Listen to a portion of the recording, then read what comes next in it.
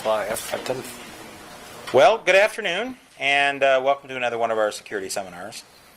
Our speaker today is difficult to introduce. I've known him for years. I've read many of the things he's done, and he's actually written and spoken about so many different topics. Sort of the state of computing and human consciousness, religion, the changing impact of technology on society, and a number of other areas that are absolutely fascinating. And he also brings this to bear on how security and privacy are being changed by the things we do. So we have a title for the talk, Security, Soft Boundaries, and Oh So Subtle Strategies, which may or may not have bearing on the content of the talk. Without further ado, I'd like to introduce my friend Richard Thiem. Thank you. Richard. Thank you very much. I'm going to move out from here just because that feels like a huge barrier. I'll go back to it to pick up some things from time to time, so forgive me for carrying notes. It's great to be here, and I'm going to tell you a little bit of my story too in the course of this conversation because it's relevant to what we're talking about. I started life in English literature. I taught literature at the University of Illinois in my 20s. I went back to school. Some people can't help it and keep going back, and did a Master's of Divinity, became an Episcopal priest. I did that for 16 years. And I bought my son an Apple II when he was 12 years old, and we started playing with the Apple. And because I knew how literature worked, and I knew how text worked in a book, in the technology of book, and I knew how people interacted with the book, and then how in the ministry you use the technology of the word as mediated through the printing press to create community and create structures of social and cultural and emotional feeling for people in which they lived unconsciously, not noticing that they were in them. So that when I interacted with that Apple II, playing a text adventure game, I mean, you guys are all in the graphic games, right? But in the golden day, Infocom created text adventure games, of which probably the greatest is Hitchhiker's Guide to the Galaxy. Any of you played that? Thank you. And it's wonderful, especially played in all green caps, blocky letters on a small dark screen. And while I was playing that game with him, I had a little epiphany. I realized that not only was I being changed in how I thought, I was being changed in how I was. That the psychic structure that I thought of as me was being subtly altered by interacting with text through the mediating symbol manipulating machine called a computer. And I suddenly flashed on the fact that if everybody sat in front of one of these or began to embed them in all the structures of our lives, it would be a transformation as big as speech, writing, and the printing press. And indeed it was. So I began writing about the transformation of religious experiences and the transformation of spirituality and the transformation of religion per se. And I'll talk about that a little bit because it's relevant to evolving ethical norms for working on computers, because you're talking about trying to think about ethics at the same time that the framework or foundation of your ethical systems, which are embedded in or rooted in those religious systems, are also in the process of fundamental transformation on their way to becoming something else for which we really do not yet have names. So as a result of that, I wrote a piece called Computer Applications for Spirituality, the Transformation of Religious Experience. And I sent it to the foremost Episcopalian Anglican Theological Review. Predictably, I got it back with notes in the margin that said, he must be crazy. God forbid, exclamation point, and who does he think he is? So you know you're on the right track, right? When you get that kind of response. Put the thing away. There was nowhere else to publish it. No one would publish it. 5 years later, 7 years later, I don't remember exactly, a new editor went to that same journal. I didn't change a word, I just sent it back. And I have a second letter from them saying, this is so cutting edge. This is so far-seeing, and they published it to no comment whatsoever. Now, the simple truth is I was working in church structures. The churches, all churches. Excuse me. Hi, Victor. How are you? Would you like to say a few words to the television land? No. Listening to you is all I want to.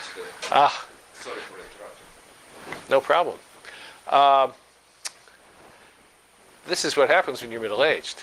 You pause, you go off on a cul-de-sac, and then you return. I was talking about my essay, and how it was no longer timely because my references to moos and mushes and the kinds of AI I referenced were no longer relevant. And I was about to say that all religious structures, it doesn't matter what they are or what religion, are a little slow on the uptake because their structures require fixity and persistence in order to make the claims that they make. I believe the Catholic Church recently apologized to Galileo. And that's 400 plus years after the fact. I'm not going to be able to wait that long. So in a nutshell, I left the ministry to speak and write full time about these issues and found that my insights into how religion was transforming, luckily the timing being right, the early 90s, people were just beginning to interact with computers in a way that made the social, economic, political implications of this interaction relevant to them in their lives. So I could get jobs and I could help people understand that if they didn't get with this new program, they were going to be in deep trouble. What I was fundamentally really hammering at was, to me, axiomatic. It was about the cultural and the social and the psychological framework in which we habitually live without thinking about it. The unconscious presuppositions that our cultures and our frameworks give to us. But you have to become conscious during times of radical transformation of what the context is. You have to turn the context into content. That's a theme that I'll probably repeat a few times. You have to turn the context into content in order to see it, because then it can become an object of manipulation, thought, and leverage. Whereas if you don't, it affects you, but you don't affect it in the same way. And this is why Marshall McLuhan said, one of the things he meant, I think, by there is absolutely no inevitability to anything as long as there is a willingness to contemplate what is happening. In other words, if you're willing to step back and see the big picture and take a really clear look at what is going on, nothing is inevitable because it renders it all plastic and even liquid in your hands, and you can master it in significant ways. So, all of our systems, our human systems, are means one way or another, built on, I believe, means of exchanging knowledge, information, and energy. And I think information and energy are essentially the same things. Information is energy that has become conscious of itself in a form that we call matter. And really, there's almost nothing else in the universe once you look at it that way. So with our systems of information, we're in a symbiotic relationship. I love the way Marvin Minsky looked at that. He looked at the fact that we are so interactively embedded in the systems that we use that we build them, and then they build us, and then we inflect them again, and then they inflect us. But he said, with prescience, I believe, that looking ahead at what, computing was going to do to the world, that if you did not interact with a computer, you were essentially going to be incapable of thinking. He asked the question, what do we mean by thinking? And he said, thinking is the capacity to hold simultaneously in your mind a multiplicity of representations of reality while you sift and sort them and apply them here and there and now and again to the various experiences your senses and data of your life brings to you, so you can say which of these is a good enough map for now. That's what we mean. You can't be fundamentalist or literalist about any of those representations of reality. You must hold them lightly in your mind. Where then, he asked, is thinking taking place now, and where is it going to be taking place? It is going to be taking place on the web. It is going to be taking place in the net. It is going to be taking place in the matrix, whatever you want to call the metaphorical attributes that we've come to accept. Now you think nothing of doing what you're doing in front of laptops and with cell phones and broadcasting this conversation. But only 10 or 15 or 20 years ago, it was a radical confrontation with people who had been contextualized by other technologies and didn't know it. And therefore, their learning curve, unlike that of younger people, for whom it is given, was very, very steep. And so Minsky concluded, anyone who is not connected to the network is literally going to be like a desktop computer on a corner table pushed into the corner of the room. They're going to be like a brain in a bottle. And obviously that was a pejorative way of saying that you better be linked up, you better be networked.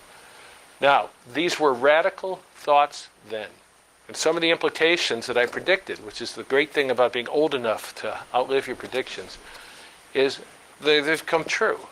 There is now, for this generation, even younger than you, the younger people who are being brought up without even given a thought to the ubiquity of their electronic communications, there is a change of identity that is, I believe, fundamental. There is a communal way of approaching work and thinking and the academic process that is different from the kind of independent thinking, bounded, that I was taught as a young person. And this is just my intuition. But the first time I went to a school to try to assist a group of teachers in a high school, try to understand what was going on, they said they were getting good marks from the industries they were sending students to. Motorola, Baxter Labs, Abbott Labs were in the neighborhood, Northern Illinois. They said the one thing we're not doing very well is training people for work teams, for learning how to function effectively on work teams. And when I asked them what they meant by functioning effectively on work teams, I realized that in my day, when I was in school, we called it cheating. Literally, if you looked at someone else's paper, you were doing something dishonest. Now, I'm a radical pioneer. I was a pioneer in collective work at exam time. And I would always engage Bruce Rockwell, who used to sit right there, where Spath is sitting, in my exam taking. And I was usually caught and sent to room 127 because they didn't see that I was a pioneer and a far-seeing person. They called it cheating. But quite literally, what is taught today by example and precept is that you must learn to function effectively as part of a group. And the social structures in which young people are brought up now are fundamentally different in that they are all group activities which are heavily scheduled. Now, this is an oversimplification, but there's something to it. So that the boundedness of the individual, I don't think it's an accident, is no longer as clear. And a boundary is where we get our identity. A boundary is what determines our identity, and boundaries around everything, from the individual self all the way up to the geopolitical structures, are exactly what are morphing or being transformed.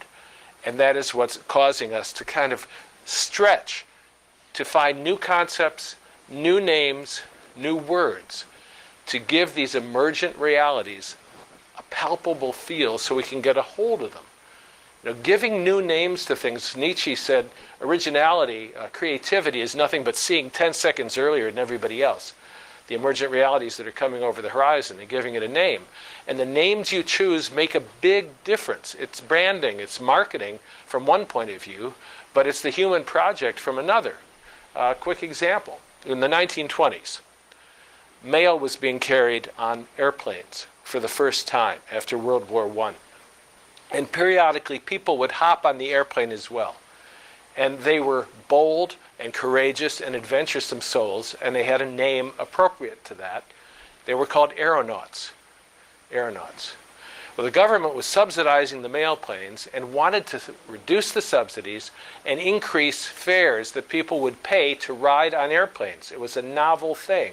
But they knew if they called them aeronauts, like we call them astronauts, people would not be able to insert themselves into that category, see themselves in it, because an astronaut is a bold spacewalker, not us. So they needed a new name for aeronaut in the 1920s. What do you think they came up with that enabled people to get a hold of it? What was the creative genius that, what's the word? Passenger. Thank you. Yeah, they said, we'll call it airplane passengers. Now, 10 years ago, I said, what you're going to watch for are space tourists. And that's exactly what we got. But you have to go next, beyond space tourists, because what we need is a category that will enable all of us to see ourselves becoming part of a transplanetary civilization, so that when we go where our telerobotic exploration has gone, which right now is limited to the solar system and a little beyond, we will be able to see ourselves doing that venturing. I was one of the first people, I was told, to apply for a survivor-type program. You know, I was so excited. I heard about it, and I used the net to track down the NBC producers who were putting on the program. What they were going to do was send 12 people to Baikonur, Star City in Russia, and you were going to go through cosmonaut training. And every week, the Russians were going to eliminate one person, and the one who was still standing at the end could go to Mir for 2 weeks. Be careful, the Russian ways of Well, I didn't need to. I did track them down, got my beautiful 3-page why I should go, sent to them. Called my congressman, Sensenbrenner, who happened to know, and he was the head of the space committee. And I said, can you help me with this? He said, not you, not anybody's going on the Mir again. We're bringing that damn thing down. It's a fire trap. I said, well, the Russians are cool with that, right? They kludge stuff together with duct tape and baling wire. They don't care if there's a fire, collision. You know, the thing is flying. No, but he had his way, and a couple months later, Mir came down. And my dream of going into space, I think probably forever. And I say this seriously because I've always wanted to go. Well, most people I find in conversation don't want to go, but you will go. You will go to Mars. Your children will go. Using propulsion systems, material science, things that are now being experimented with through black and white budget research. You are going to go. And the 3 major things that are going to impact identity going forward, not only religious but human in its fundamental forms, are information and communication technologies, biotechnologies of all kinds as we reinvent ourselves, and the attributes that fundamentally mean what it is to be a human being, and the advent of a transplanetary culture. Okay, but that's getting far afield. I'm still on page 1, and we've got a lot to cover. Anybody have any questions at this point? This is just kind of trying to introduce the space into which I want us to walk as we deal with what all this is doing to security, to information security, to intelligence, and ultimately to the structures in which you are going to have to build some sanity. Yes? One comment about the emergence of a, maybe you call it collective society. Yeah. Okay. One comment about what you termed the emergence of a collectivist society. Do you think that's something new, or do you think that's actually a reversion to social models that have existed in the past? It can't be a reversion because it's something that hasn't existed before in this way or in this form. But what I think happens, you know, and I admit that when you're doing a speech, you sound like you know, so it's just part of being glib, and it comes with the territory. But what I really think happens is that, the content of every new technology is an old technology at first. In other words, it doesn't eliminate anything. It recontextualizes it. And at first people say, oh, it's just the same. The Duke d'Urban, for example, hated the printing press because he thought a book printed by such a monster was cold and inhuman. And he only wanted to read books that were handwritten by monks because that was a real book. And yet, periodically, he would hear of a printed book that he wanted to read, and he would ask that it be delivered to the monastery in the area he controlled, so they would recopy it by hand so that he could read it. Now, he felt like he was reading something that would have been, I believe, as you alluded, a reversion, but in fact he was reading something new because the printed text itself enabled new things to be said. It enabled new ways of expression. It enabled fixity. It enabled a fixity of thought, as well as vocabulary and spelling and words. It enabled all sorts of things, including the explosion of the language, because an oral culture, prior to writing, would have 25 to 50,000 words max. It couldn't have that many. But with the printing press, you had an explosion in English, for example, to over 1 million words. And so, with 1 million words, you have a palette of 1 million colors instead of 25,000 colors. So even though it looks like you're painting the same landscape, in fact, you are seeing differently, you are constructing a different reality, and then by agreement, you're doing something different. So of course, human society has been collective since tribal days, and then the days of agriculture and husbandry 10, 12,000 years ago, etc. That part is not new. What is new is the enabling technologies reduce boundaries between people in a way that has fundamentally not taken place before, because the symbiotic relationship to which I alluded between us and our networks is so absolute that we don't see, subsequently we will not see, another way of being. On the downside of the political scale, it means that fascism is set in motion as a much more real possibility, because people who cannot live without constant feedback from text messengers or IMers or other people in whom they live as a node in a network, who literally cannot live without feedback and reinforcement from others, who literally cannot run out and play and be alone without feeling lonely and at odds with the universe, are ripe for a collectivization of their political will, They which to are. me is dangerous. Now, when you combine that with what a friend of mine at the National Security Agency says, and he says it with anxiety in his voice, he says, you know, we have invented everything necessary for a police state. And since 9/11, a lot of it has been implemented. But we do not have the precipitating event, e.g. Pakistan last week, real or imaginary. Operation Northwoods. You know about Operation Northwoods? You know about that. You should, well, no. I'll tell you later. Yeah, Google Operation Northwoods as a possibility, a way some people in our political structures think about what should be done. And you'll see why there are real dangers. But I think I think, yeah, one more I quick think thing to it's add new. to that is I think that if you look at, say, the conceptions of shame in Roman and Greek society, you'll see people viewing themselves as a function of their perception in others' eyes much more than you would in a modern society, in a sort of guilt-structured society. And so we might be reverting to that with new technology. The existence, though, of a society in which its members view themselves as a function of others' perception of them is something that's very ancient. Right, I won't argue with that. But it is a new iteration.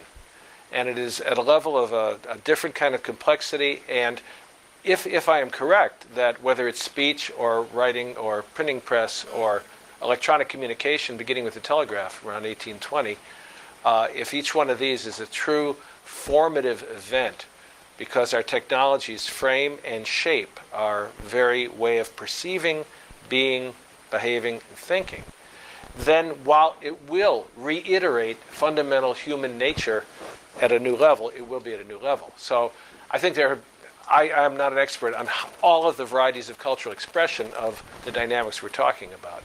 And so it could look like a reversion to that, but I'm still trying to make the case that it's not a reversion to the way a Roman citizen conceived of him or herself.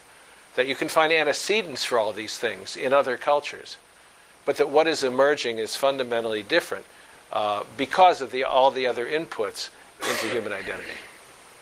Okay? Is that, Victor? Hopefully a brief comment. I like very much what you said about the necessity to turn context into content, that is to realize the premises you bring into a situation.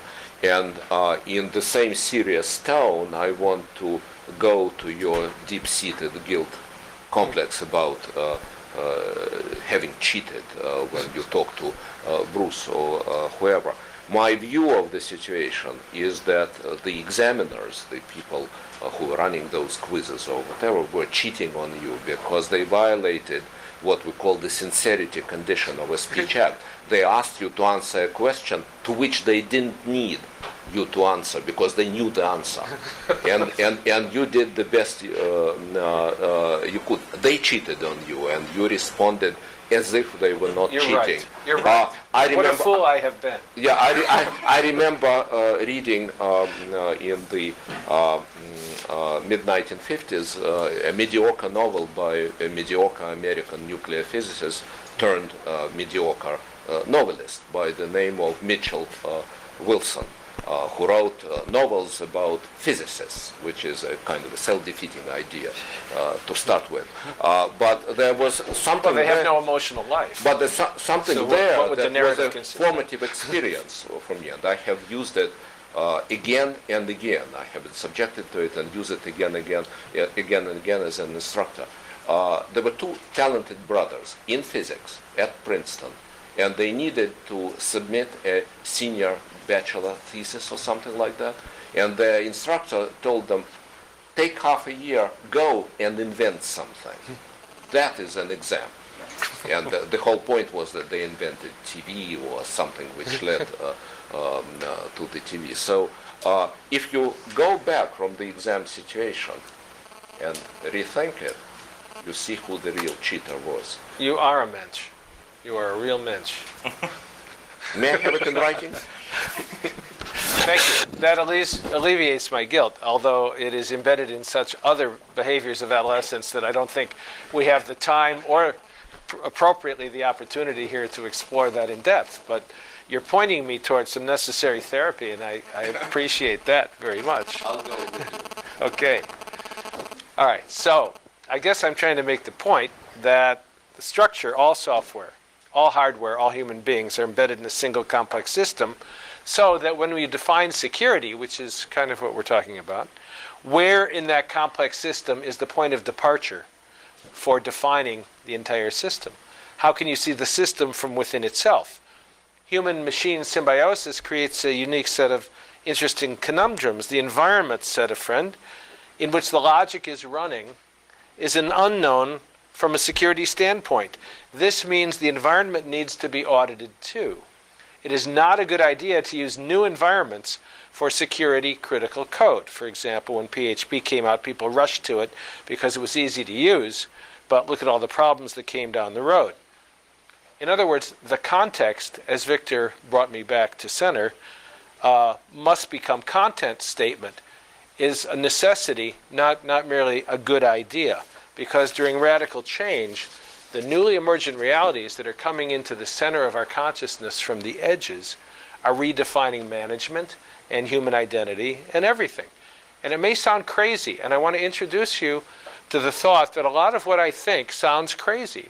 When I first sent that essay on the transformation of religious structures into that journal, it literally sounded crazy to them. And I understand that. I am now writing about new things that sound equally crazy. And I have to go back to other people to kind of stabilize myself sometimes. One of them is Robert Galvin, who was the great man at Motorola, who built Motorola through its great formative years into the entity that it became. And he was there for real critical breakthroughs. And people sometimes asked him, breakthrough ideas, these incredible ideas you had there for a kind of chip you developed or handheld this or whatever, where do they come from? And he thought seriously about it. And this is a man who had remarkable success for 40 or more years. And he said, every idea that turned out to be a breakthrough idea began its life as an opinion of one. If someone said it aloud, first you think it, and then our own filter internally screens out anomalies. And because of appropriateness and social niceties, we don't allow ourselves, except I do, to say the unthinkable. We don't even say it. But if we say it, no one hears it. In other words, it just doesn't compute. It literally does not attach to any of the grabbers in our cognitive structure. But if someone says it again and again and people finally hear it, they laugh. Because it sounds funny. It sounds crazy. Wisdom and insanity are contextual.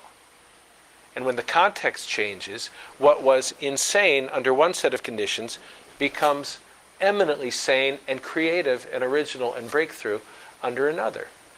And so if the people keep saying it and endure the derision and the laughter and the hooting and the water fountain conversation about what an idiot they are that they hear coming around, if you can endure all that, then you finally live long enough to emerge where people not only say they thought it was a good idea, but they always thought so all along. Everybody agrees that it was a wonderful idea. And Galvin said the corollary was also true.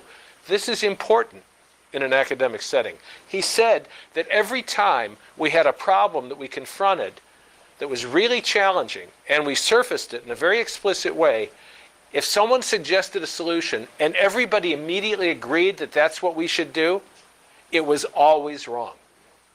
Now, he said always. He didn't say often. He said it was always wrong. Now, if you think about what I'm saying, our ideation, our way of thinking about things, is in part a function of our technologies, which frame and shape them and make available new possibilities, literally, for ourselves and for our world. Therefore, in the world of agreement of social structures in which human beings live, there is a constant flux. As I said, from the edge to the center. The truth begins at the edge, can't be heard, can't be seen, moves to the center and becomes the core of a new consensus. By the time it arrives at the center and a new consensus is building, a new truth is already emerging at the edge. Therefore, if everyone is in agreement immediately, it means of necessity, think of it temporally, that they are living in the past. Because they're allowing the frame or shape of the thoughts that prior technologies helped to create to determine what they think they see going forward, and they're missing what is right in front of their eyes. You can get them from the internet, all those funny quotes everybody tosses around, like space travel is utter bilge, 1956 Royal Astronomer of England, a year before Sputnik. Heavier than air flight is impossible. I foresee a market for 5 computers. One day computers will weigh less than 1.5 tons, said as a real breakthrough. 1997, Bill Gates, no computer would ever need more than 2 kilobytes of RAM. That is absolutely true. He said that. One of them. And the context determines the content of your thinking. And if you, see, I'm sometimes introduced as a futurist, which is pretty funny, because I don't even know what we're having for dinner tonight, or where we're going. So I don't know the future, but I'm trying to describe the present. But so many people live in the past that I sound to them like a futurist when I describe the present. This is a way of saying the same thing, that there is a gradation of structures of reality in which people live, but which they deeply believe to be true. And the example from Galvin, he had strange ideas meetings at Motorola. And some of the ideas, when you look back at them, don't sound so strange. He remembered the time someone suggested for the very first time in his memory, we could put a chip in someone's head. And it was so unthinkable, kind of like thinking of a huge mainframe weighing 1.5 tons being on a desktop. It was so unthinkable in the categories of thinking that people had that everybody laughed. A chip in the head.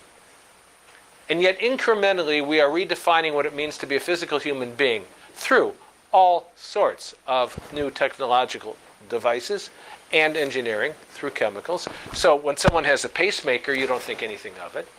But it was a radical introduction of a new electronic structure into the person. And now we are working with implants.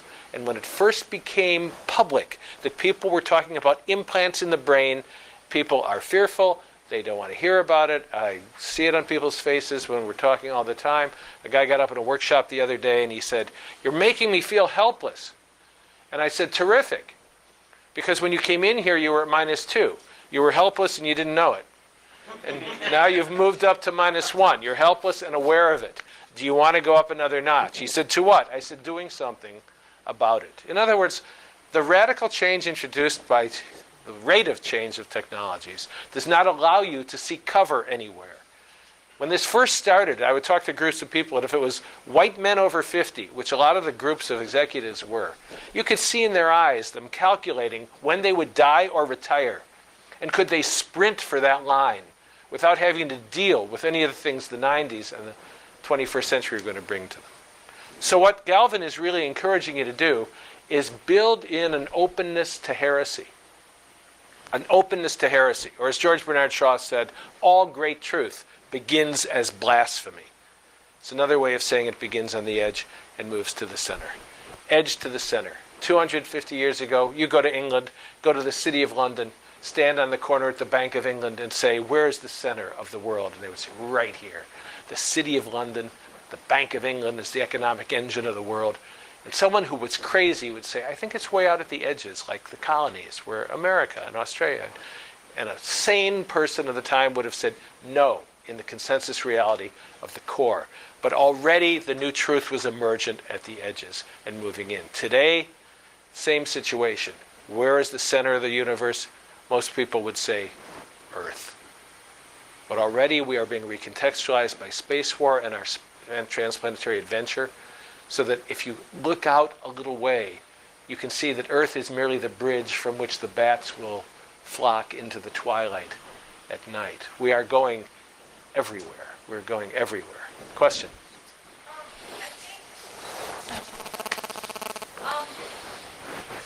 A lot of what you say makes sense, but you're also sort of generalizing that people are not willing to look out and look at things in a larger perspective, like you're using the galaxy and us being the center, you know.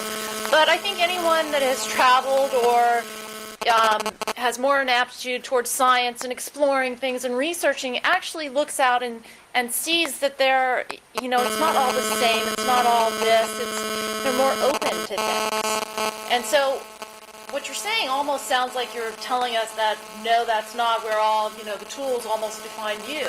I see the tools as something you can use, but it doesn't determine how you view the world. Or the opportunities out there. I think I fundamentally disagree with that conclusion. I think they do. And they do in a way and to a degree that you don't see until, as I say, it is thrown into relief. Two things you said. One is that there are smart people like yourself and your colleagues and friends. And then there's other people. I live in Milwaukee. This is being broadcast, right? Scratch that.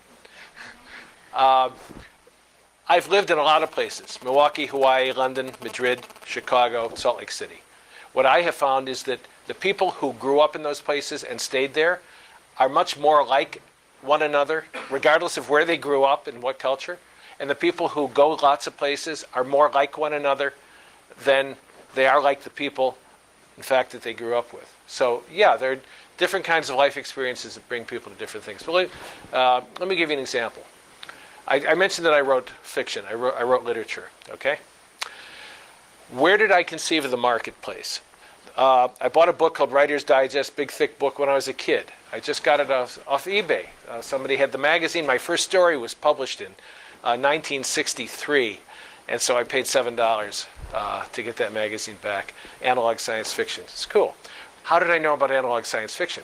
You look up in the directory of all magazines, but also the whole context of your life tells you that the framework of publishing, and it is unthinkable to be beyond it, literally, in the culture, except for some strange person, is North America. In other words, the brackets were the East Coast and the West Coast, Canada and Mexico. I wrote in English for American magazines. It's just what you grow up thinking as the horizon of possibility discloses. I wrote a piece for Wired when it was a new magazine on what the internet was going to bring to the world. 5,000 words, they published 500. I said, I get to do what I want with the rest, right? And they said, yes. I sat there, this is how slowly it can percolate, in front of my computer, asking myself, where can I publish an article about how the internet is going to change the world?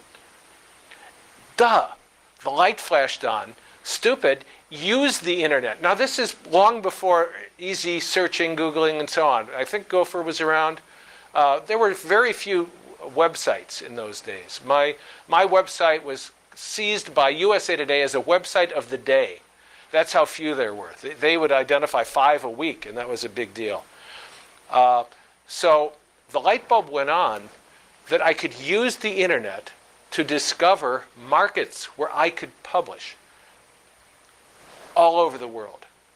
Now, what happened as a result, within a week, literally, I had a contract for that article. The next month it appeared in England in a new magazine. I start writing for South Africa Computer Magazine every month for the next 3 years. Start writing in Australia. And I start writing a column which I sent out by email, which was a new technology, which within a couple of years was going to people in 60 countries. So I became a global presence because the technology disclosed to me, by virtue of my interaction with it, that that was a possibility. I guess I'm trying to say that before that moment of enlightenment, I literally could not see the possibility because interacting with the new technologies discloses them to you in a way that previously is impossible. In other words, it's impossible inside the old paradigm to think the new paradigm. The Jews were Jews and the Greeks were Greeks, and from neither Jewish nor Greek world could you see Christendom.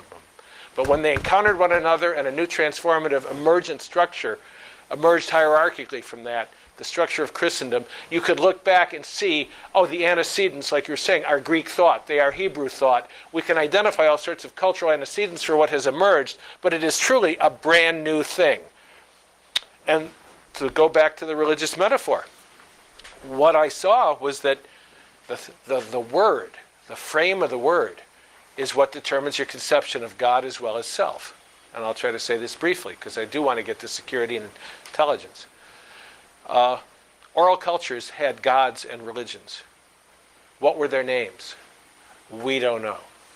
We don't know. Because they all disappeared when writing emerged. Or they were transformed into writing. Now, we know from Plato's own witness that he thought writing was the end of civilization and meaningful culture. Read the Phaedrus. He thought this was it, because people wouldn't use memory and wouldn't think through things anymore. And he was right, that it was the end of culture as he constituted it, but not the end of a new emergent culture. What happened to religions? Well, something pretty significant.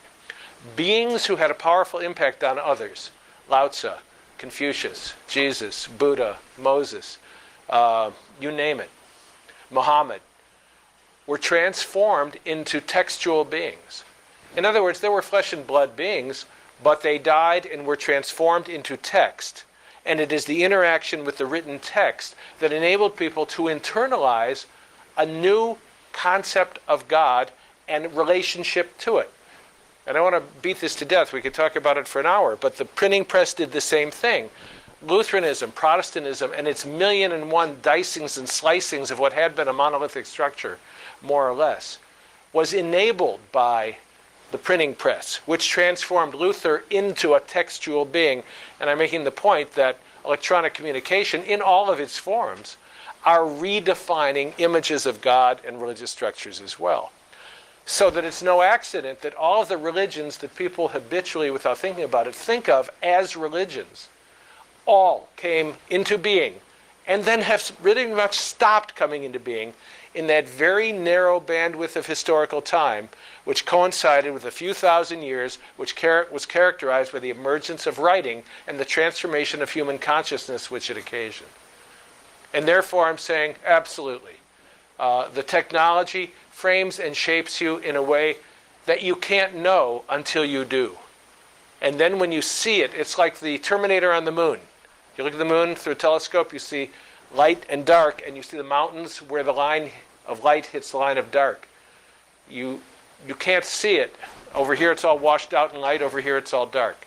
But at the Terminator, which is what it is to be gifted with living in a transitional time if you can stand it, is that you, as you are recontextualized, you are creatively reorganized yourself as a possibility for the future. And that's what the definition of human identity is.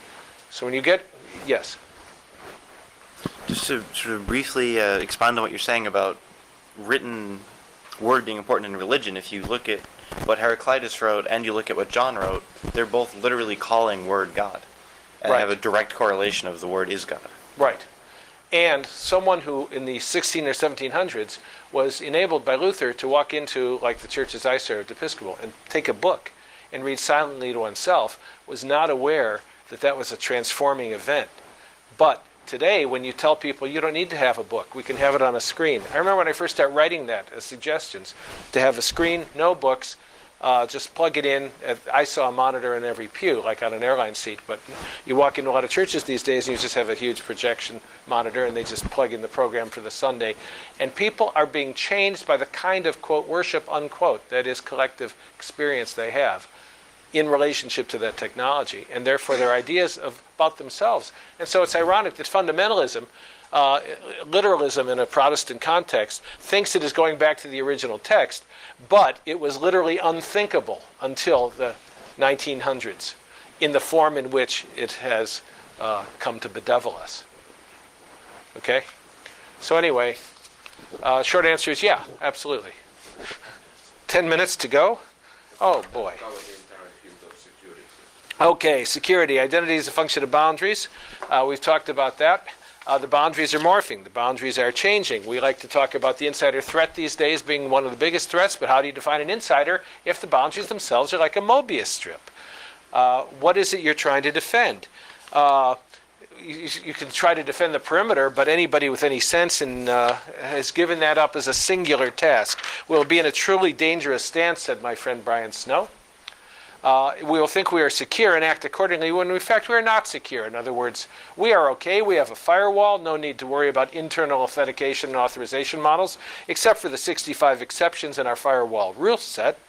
That's the real problem, he said, with the perimeter model. It has potentially ugly failure modes because once you're beyond perimeter protection, you are owned. You are owned indeed. And what he says with great poignancy is a senior guy at NSA, very wonderful, wise guy, is that actionable intelligence saves lives. And we had developed, he said, at NSA, a definition of true and beautiful, which was based on the coherence of the algorithm, its efficiency, its pristine mathematical beauty, and that didn't save lives. And when you hold people, as I have in the intelligence community, who are sobbing because they did not think that many people needed to die on a particular mission and it was their responsibility, then you cannot, as Brian says, do this work unless you see the face of evil. You cannot do this work unless you have seen the face of evil in a visceral kind of way, and it confronts you with, I am not that. I am opposed to that. But let's go back to the religious thing briefly. The notion of who is the enemy. Who is the enemy? When you are doing security, you're trying to protect and defend, and you're trying to oppose the enemy. But who is the enemy? Up until the time of Christendom, the enemy was defined pretty much universally as a member of the other tribe, the other, them. And then it was redefined in Christendom as that in myself, which frustrates and gets in the way. Pogo didn't say the enemy is us. Jesus did. And a lot of other people, contemporaneous, like Rabbi Hillel, with Jesus at the time, saw that the enemy was that in us which frustrates the coherence of the system. And there is no other. Because human consciousness, in part through writing and other emergent structures, was distributing itself in a new self-conception, a new way. And the enemy was no longer defined as the other. And yet, if you look at most of the models of computer security, you are trying to screen someone out, you are trying to hold someone in. You still can't shake the notion that there's a perimeter around something. And yet what has happened in the information state is that boundaries are now functional. Example is ports. We say we can't have things coming in container ships that might be explosive. So we have to stop them at the port of origin. What does that mean? It means the boundaries of the United States are no longer geographically defined. And that throws us back to, well, where did geographical boundaries come from? Well, you just look back historically at 17th, 18th, 19th centuries, and you see the emergence of a boundary around what we call a nation state as that level of organizational structure appropriate to the complexity, political, economic, and social, of emergent civilized structures. And therefore, the boundaries of larger nation states, the complexity, and the way of organizing themselves in relationship to each other found itself so that you believe you are citizens of countries, because we have been trained to believe a primary function of our identity is a citizen of a country. And yet, who are we opposed to? Who are we opposed to? We have defined, let me quote myself, because I like me, and periodically I say something worth saying. If I can find it. Well, I've done that too, but the way I talk, no one knows that I'm doing that.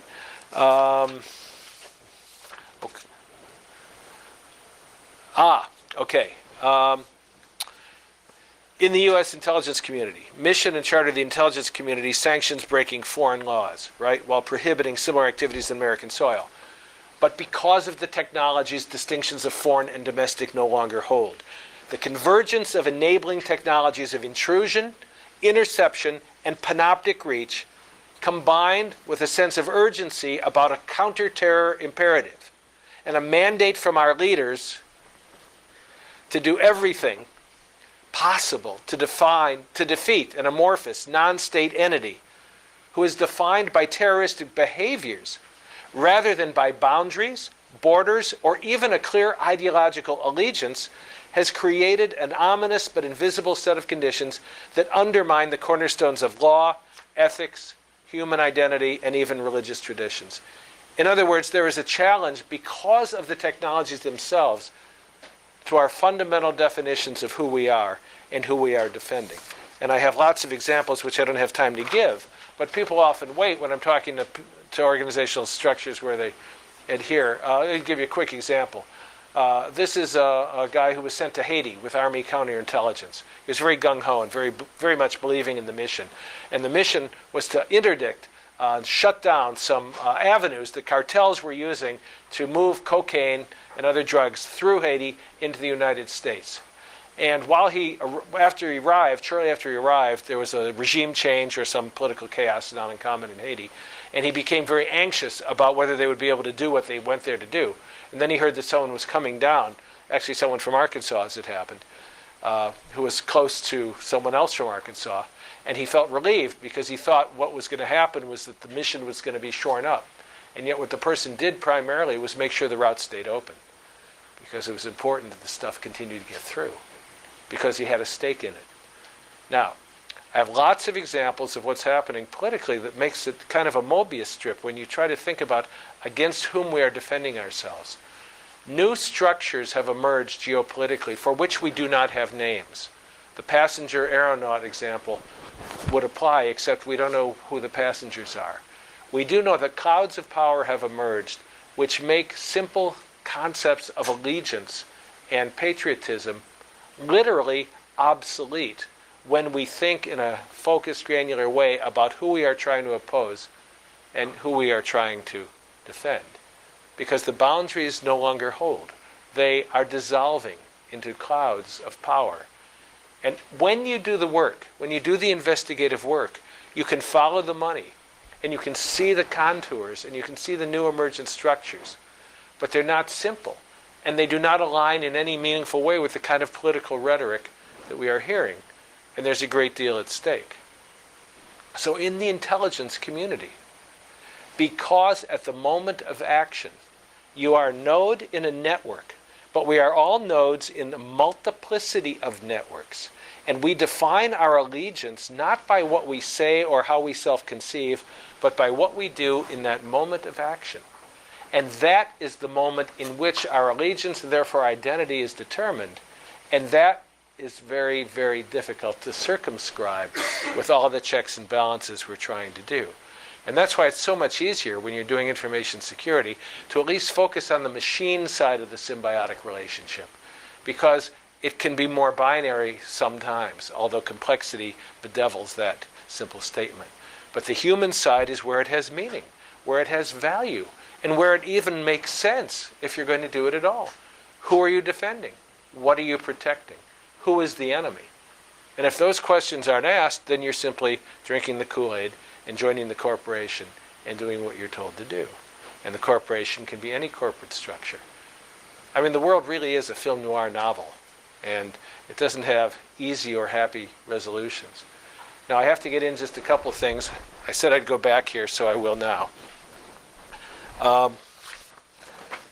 Bring all these out. See, we're a couple of minutes over.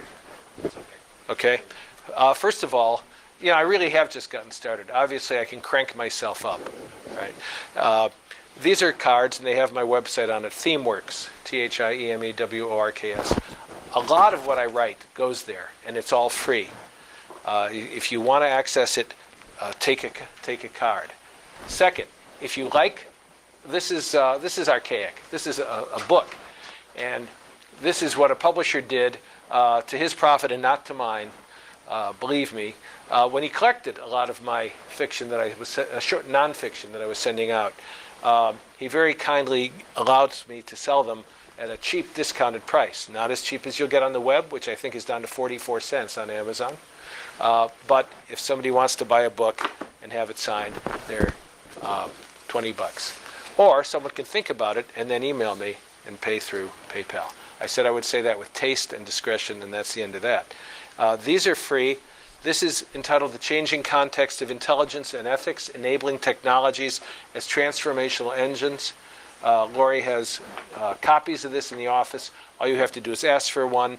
She can't make it public because it was just accepted for a conference. But I don't mind you having one. And if you want it in a computerized form, give me your email address or take mine and send me your email address, and I'll send you the document. This was written a few years ago. Bill Moyers convened some of us to talk about technology and religion. It takes the pieces that I've talked about here in a much more coherent way. Entering sacred digital space, seeking to distinguish the dreamer and the dream, really is looking forward to say, what kinds of religious expectations do we have in a world as a result of electronic communication, biotechnology, and a transplanetary culture? What is likely to be some of the interaction? What kind of human being is it going to produce? So that you can have. She'll make copies of that for everybody, and I will also send you that one too if you want it. Any further questions, whether it's televised or not? Turn this on and scoot back here. As an illustration of one of the things you were talking about in terms of boundaries changing with time, it's interesting to note the boundaries of some countries where we're having activities that are being resisted by those trying to enforce old national boundaries. Yeah. For example, the Kurdish population, which stretches across 4 different or 5 different countries. And one example that, as you noted in the news, Pakistan. Pakistan never was really a country. In fact, the name was made up from the groups, the tribes. And I was reading an analysis where somebody was saying that the Indian Raj actually was set up by the British. The boundaries were set from what they could defend.